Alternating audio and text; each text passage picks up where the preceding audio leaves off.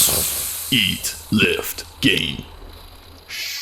Alright, how's it going guys? Kieran here. Today I'm going to be bringing you my review of the supplement ZMA. So a little while back I took this product for just over a month, and I'm going to give you basically my personal experience of it all. We'll also look at a little bit of scientific research to back that up, and then I will also tell you why I think that you should at least consider trying out ZMA.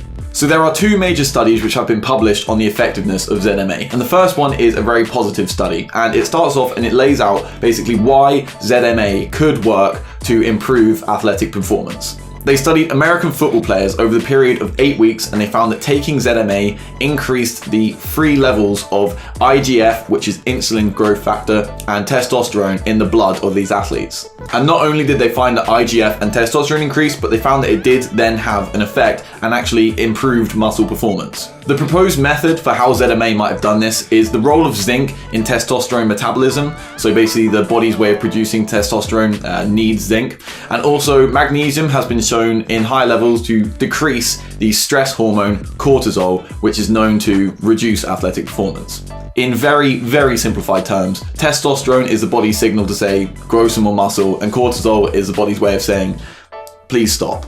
So this first study looks pretty good. It looks like ZMA can increase testosterone, increase IGF, and this leads to an actual increase in muscle activity. However, there's a very important note which needs to be made on this study, which is that one of the scientists conducting it is also a stakeholder in the ZMA brand. So there is quite an obvious conflict of interest present there. Which brings us on to the second major published study on ZMA, which was performed by someone who had no affiliation with the ZMA brand, and it found that although it did increase the blood's levels of zinc, so it was basically being at least absorbed by the stomach and brought into the blood, this didn't have any subsequent increase in IGF or test or any reduction in cortisol levels, and there wasn't any difference in the muscle activities of the people who they studied. So literally everything which the first study found and said was a really good effect of ZMA, the second study said that they did not find the same thing. So in that situation, who do you know who to believe when one scientist is saying this, one scientist is saying the other?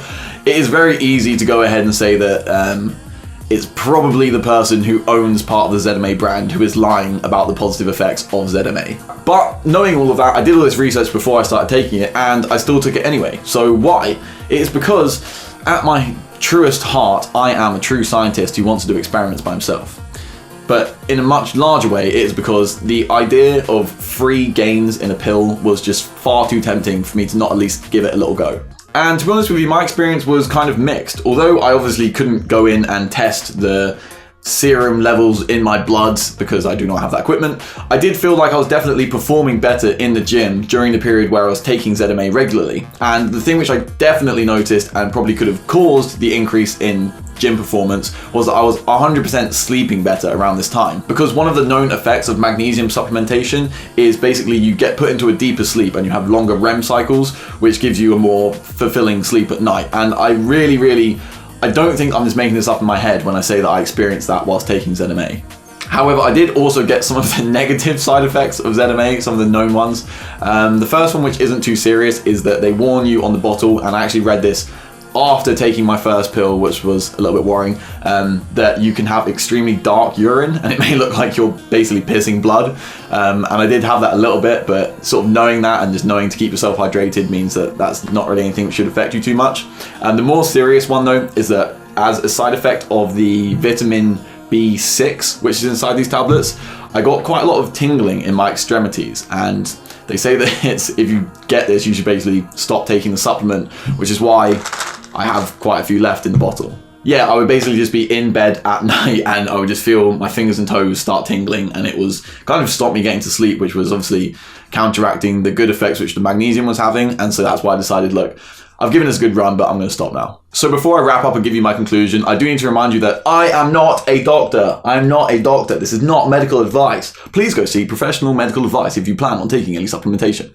However, that being said, I do feel like the fundamentals of the science behind ZMA sound like they make a lot of sense and they seem pretty sound. However, the sort of experimentation which has gone on so far doesn't seem like it has much of a consensus so far, and so I really think that the jury is still out on that one. However, from my personal experience, I think the least which is probably going to happen is if you have trouble sleeping at night, which is something I definitely had trouble with beforehand, then the magnesium in the tablets may well help anyway, and so you may just choose to take magnesium by itself. But if you do want to give ZMA a go and see if it has any effect on yourself, I don't think it would be the dumbest decision in the world, which is my very much sitting on the fence recommendation. So yeah, I hope that was useful for anyone who's seen this supplement and was wondering if anyone had some experiences to share with it. If you have any questions about it and you want to know anything more, if you're considering taking it yourself, then please do let me know. I'll try to get back to you. But apart from that, subscribe to our channel and I'll see you, I have no idea when. Bye bye.